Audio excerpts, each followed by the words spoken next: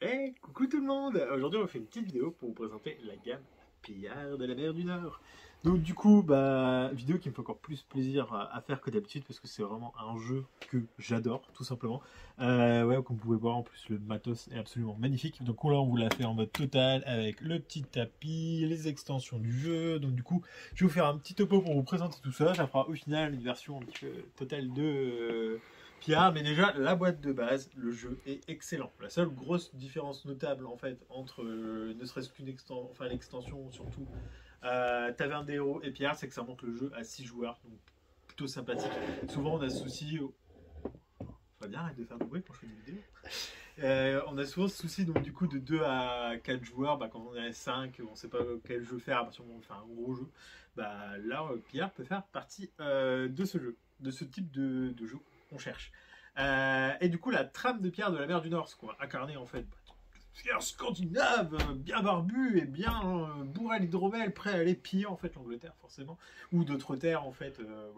Par réflexe je dis l'Angleterre, mais c'est vrai que bon là c'est pas spécifié, mais des terres en fait fertiles là où le villageois travaille bien, nous on va le défoncer et récupérer l'usufruit de son travail. Donc ça allie plein de mécaniques différentes mais bien revisitées en fait et de façon très originale. Parce que déjà la base en fait de Pillard de la mer du Nord, c'est un jeu de poste d'ouvrier en fait, mais pas de la poste d'ouvrier n'importe comment. Vous allez avoir des qualités d'ouvriers, donc les qualités, les ouvriers noirs, les ouvriers gris et les ouvriers blancs. Et plus vous allez monter en fait en termes de qualité sur les ouvriers, plus on pourra faire des actions spécifiques. Genre typiquement les plus gros raids sur des forteresses ici ou même sur certains monastères vont nécessiter des ouvriers blancs. Alors que pour les raids, les ports, ou en fait, il y a que les ports qu'on peut raider avec les ouvriers noirs, mais c'est les seuls. Les ports, en fait, vont être plus accessibles, mais vont nous déverrouiller des ouvriers gris, en fait, qui vont être l'intermédiaire entre les deux. Et donc, du coup, grosse nouveauté pour de la pause ouvrier, c'est qu'à votre tour de jeu, en fait, vous allez faire au final 2 actions. Vous allez vous positionner en fait à un endroit pour faire l'action. Donc du coup, sur la qualité de votre ouvrier, l'action va être plus ou moins forte. Genre typiquement sur un bâtiment basique comme le moulin, avoir un ouvrier noir, c'est bien parce que ça rapporte un sac de grains de provisions en fait pour votre raid. Avoir un ouvrier gris, ça vous en rapporte 2, mais un ouvrier blanc ne vous en rapporte pas plus. Et il y a même des fois, par exemple, à l'atelier d'orfèvre, où avoir un ouvrier blanc ou gris, c'est beaucoup moins bien qu'avoir un ouvrier noir. Donc tout est intelligent en fait dans la pose. Et donc du coup dans le deuxième fait, c'est qu'on va retirer un ouvrier du plateau. Donc tu vois là typiquement je me pose au moulin pour récupérer un sac de provisions et je vais retirer en fait l'ouvrier qui a été posé. Enfin il y en a 3 au départ, mais après sinon c'est ceux que les autres joueurs vont poser que je vais récupérer du coup pour piocher des cartes. Et donc du coup les cartes. Un autre aspect super sympa du jeu, il y a un système de collection de cartes. Les cartes qu'on va avoir en main, qui sont toutes limitées à 8 grosso modo dans le jeu. On peut avoir max 8 pièces d'or, max 8 hydromel, etc. Et on va avoir donc du coup notre plateau qui va représenter nos membres d'équipage. Du coup forcément nos vikings, on va les avoir avec nous, et donc du coup on va avoir des héros, on va avoir des... Hop, je vais poser quelques cartes en fait comme ça pour que vous puissiez voir. Et il va y avoir aussi les Jarls, mais ça je vais vous l'expliquer après parce que ça fait partie donc, du coup d'une des extensions de Pillard. Et donc du coup chaque carte, vous allez avoir en fait sa valeur en force d'indiquer, son coût pour l'achat, son nom, parce que forcément il lui en faut un petit, et son bonus en fait quand vous recrutez la carte et qu'elle fait partie de votre équipage, de votre bateau pour les raids, mais aussi vous avez un petit effet en fait en bas à droite qui est quand vous jouez la carte, et ça se passe dans la demeure du Jarl.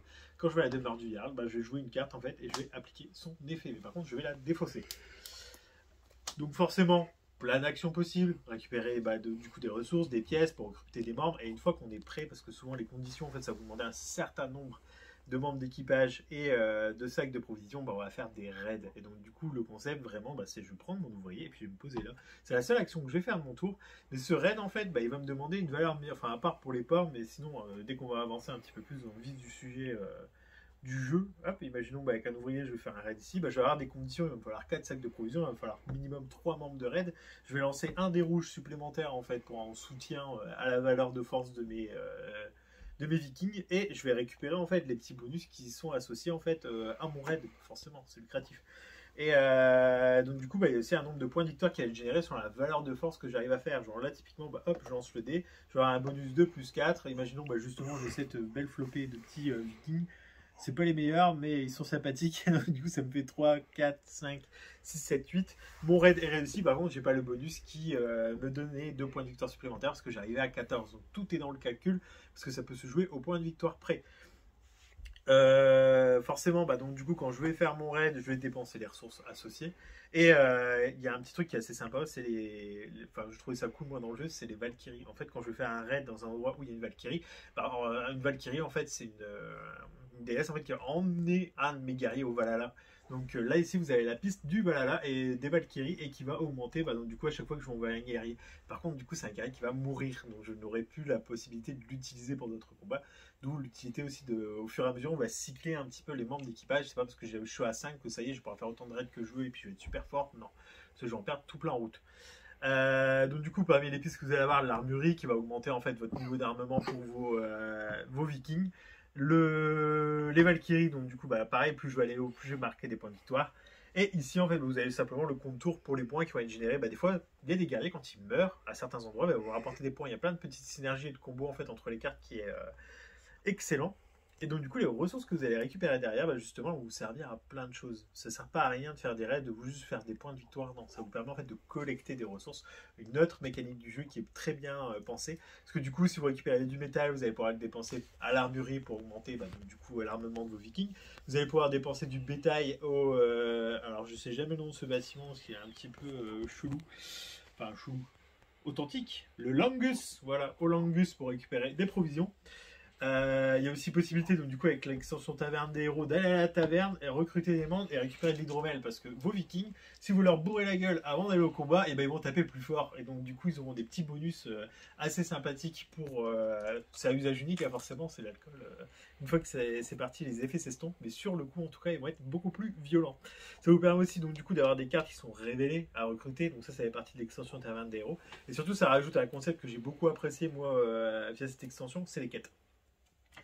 Parce que dans la version de base du jeu, vous effectuez ce raid là, vous récupérez en fait les petites récompenses et la case reste vide. Bah, avec l'extension, en fait, on va rajouter une quête que n'importe quel joueur pourra compléter quand il ira faire une action à la taverne. Donc du coup, ça permet en fait, bah, donc du coup là par exemple pour 2 têtes de bœuf de faire 8 points de victoire. De faire 8 points de dégâts, il faut défausser des cartes là d'une valeur d'attaque et de récupérer 2 têtes de bœuf. C'est plus important parce que là, les contrats en fait qu'on va pouvoir avoir et qui vont être utilisés au Langus, ça va être ici et ça c'est juste j'échange des ressources contre des points de victoire. C'est une mécanique possible en fait dans le jeu. Et dernière petite extension, l'extension Champ de Gloire qui vous rajoute en fait donc du coup les decks des gardes, la piste de gloire et les hameaux qu'il va y avoir ici. Et là la petite particularité c'est que vous allez du coup potentiellement quand vous allez faire un raid, s'il y a un petit carré comme ça bleu, rencontrer un Jarl en fait d'une autre peuplade et qui vont qui pillent aussi en fait, hein. Donc du coup tout simplement ils sont là pour soit pour vous en empêcher, soit vous arrivez en même temps au même endroit et donc du coup qu'est-ce que vous faites? Et là vous avez un petit plateau supplémentaire en fait qui va se rajouter, qui va vous donner 3 possibilités. Soit vous tuez Jarl pour la postérité pour récupérer des points de victoire, mais du coup ça va mettre des symboles de blessure en fait sur vos vikings. Et si jamais, bah, par exemple, vous choisissez par contre de le soudoyer, vous allez pouvoir le recruter. Et donc, du coup, les Jarls, hop, comme vous pouvez le voir, ils ont un coût. Hein, donc, du coup, on va prendre autant de blessures déjà que la force du Jarl, donc c'est 6. Mais je vais payer 4, mais derrière, elle a des effets super sympas. Et ce qui est, enfin, contrairement aux héros qui sont apportés par l'extension Taverne des Héros, on peut en avoir un seul, les Jarls, on peut les cumuler. Donc, du coup, ils peuvent vraiment avoir des effets très, très cool.